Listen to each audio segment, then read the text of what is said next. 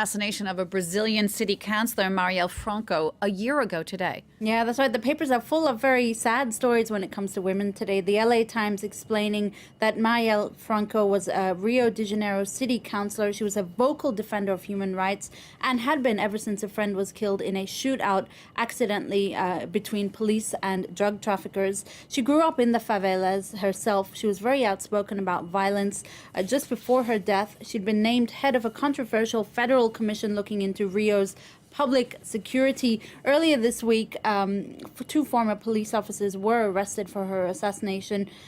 O Estado de Sao Paulo welcomes these arrests, saying it's an important development in a year-long investigation. Now, there are some questions, too, about the Brazilian president, Jair Bolsonaro's links to one of the suspects arrested. Well, that's something that the British daily The Guardian is looking at, because Jair Bolsonaro is actually facing calls now to explain his family's alleged links to the violent paramilitary gangs controlling large parts of Rio de Janeiro. In particular, there was a photo that surfaced of him with his arm around one of the suspects. One of his sons also dated the daughter of the other suspect. The president, for his part, is playing this down, saying he takes pictures with police officers all the time, and he doesn't particularly remember this one. All right, let's go now to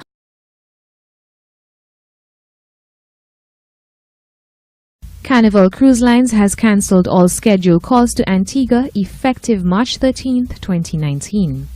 The announcement comes 2 weeks after Prime Minister Gaston Brown accused the Florida Caribbean Cruise Association of exploiting the region.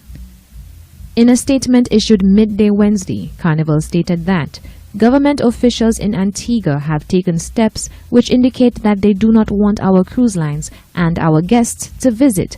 So for the time being, we are focusing our itineraries on the destinations that are more welcoming. Carnival confirmed that all 4 ships scheduled to sail to Antigua and Barbuda would be shifted to other ports. They are the Breeze, Magic, Legend, and Pride.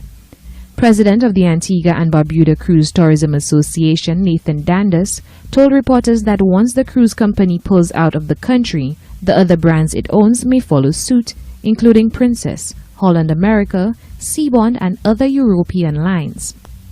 He said this is a cause for concern as these cancellations will impact everyone from business and store owners to tour operators, bars, and restaurants.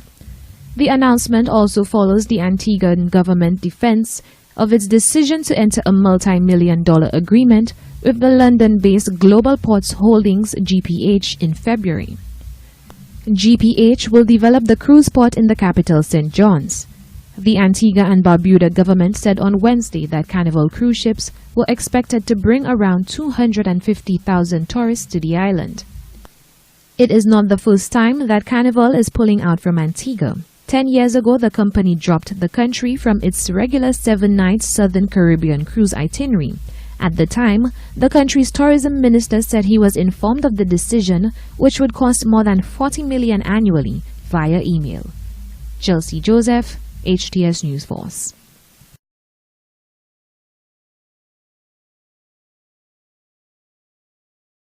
The Kenya Red Cross Society tonight urgently appealing for support from Kenyans, partners and stakeholders to tackle the ongoing drought crisis in the country. The Red Cross says the drought has affected 1 million Kenyans in 17 counties, which include Turkana, Baringo, Tana River, West Pokot, Samburu, Isiolo, Lamu, Kitui, Kilifi, Garissa, Wajir, Embu, Laikipia, Mandera, Marsabit, Nyeri, and Tharaka Nithi. The appeal seeks to raise 825 million shillings for interventions to support more than 300,000 households. The interventions will include cash transfer, health and nutrition, food distribution, livelihood support, water sanitation, and hygiene. To tip over on the wrong side. We want people never to be even in the position of tipping. We can use science and technology and information to deal with these issues before they happen, so that we don't get here every now and then. If you remember, the drought epicenter in 2012 or 2011 was in Kaikor in northern Turkana, almost on the border of Ethiopia and South Sudan, in Kibish area. So I just want to say for clarity, yes, 1 billion was collected. 700 million was in cash, 300 million was in kind. In kind, what the media owners gave, what service providers gave, all that put together was about 300 million in kind. In cash, 700 million was raised.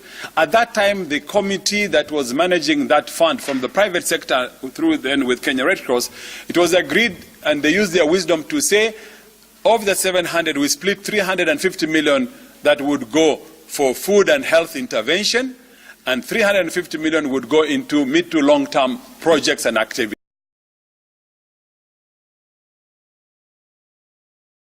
The accident occurred in the early hours of Friday local time on a highway in Bunu East region, which leads to Tamale in the northern region of Ghana. Police say the two buses involved in the accident each had about 50 passengers on board. One of the buses bent completely, killing many of the passengers instantly. Local police who went to the scene say the bodies of 35 of the deceased persons burnt in the accident were not immediately able to be identified.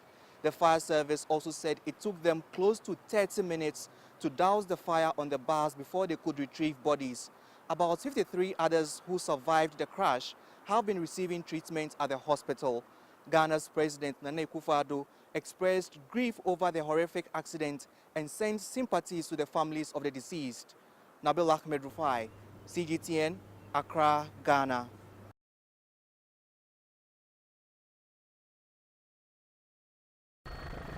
Lots of Idai survivors rushed to receive their aid when they knew it had arrived. In Mozambique, aid workers have had difficulties delivering food and other necessities, as well as heavy floods in the wake of the storm. A widely broken infrastructure in and around the worst-hit city of Beira is also hampering relief efforts. We have no energy. 99% of electricity poles fell. We've no power. Everything's destroyed. The hospital is facing the same problem. We've no communication or drinking water.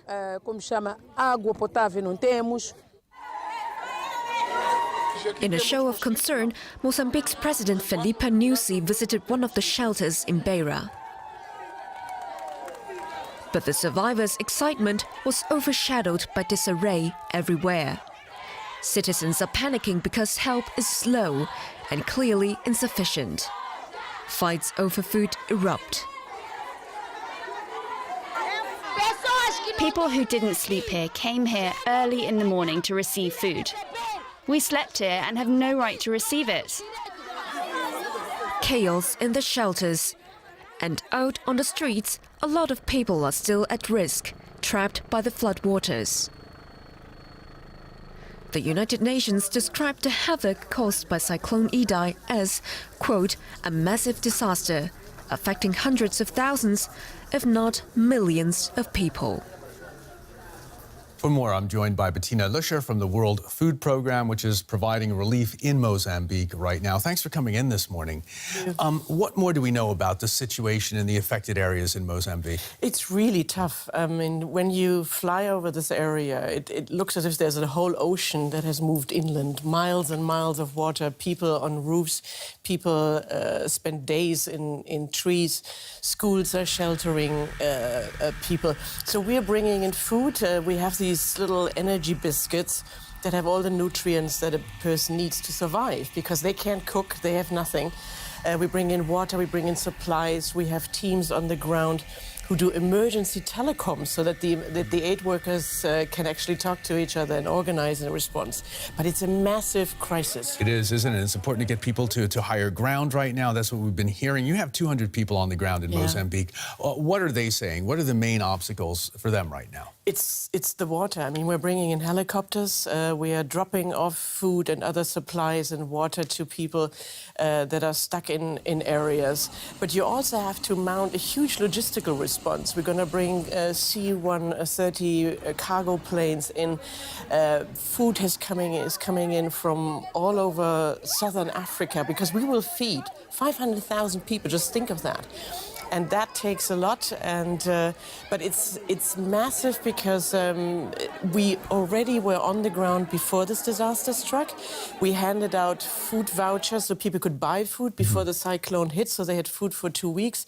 But this is on a totally different scale now. Okay, is the international effort coming together? What are you seeing happen in Mozambique in terms of people pulling together from various nations to help those in need right now? Exactly. And what happens in a crisis like this, I've done, for example, the tsunami in Indonesia, is you work together various countries, you bring in military from countries. We are working, for example, with South African rescue teams using their helicopters in the beginning to bring food and other supplies to things. It has to be really coordinated so that people get everything. The big concern now is that dams could be breaking from other rivers, that there could be more flooding, that water from rains is still coming into the country now, and of course the fear of disease. Cholera, typhoid, malaria, all of that is now a huge concern. Yeah, well, good luck to you and your people on the ground there in Mozambique in the days ahead. Bettina Luscher from the World Food Programme, thanks for coming in. Thank you so much.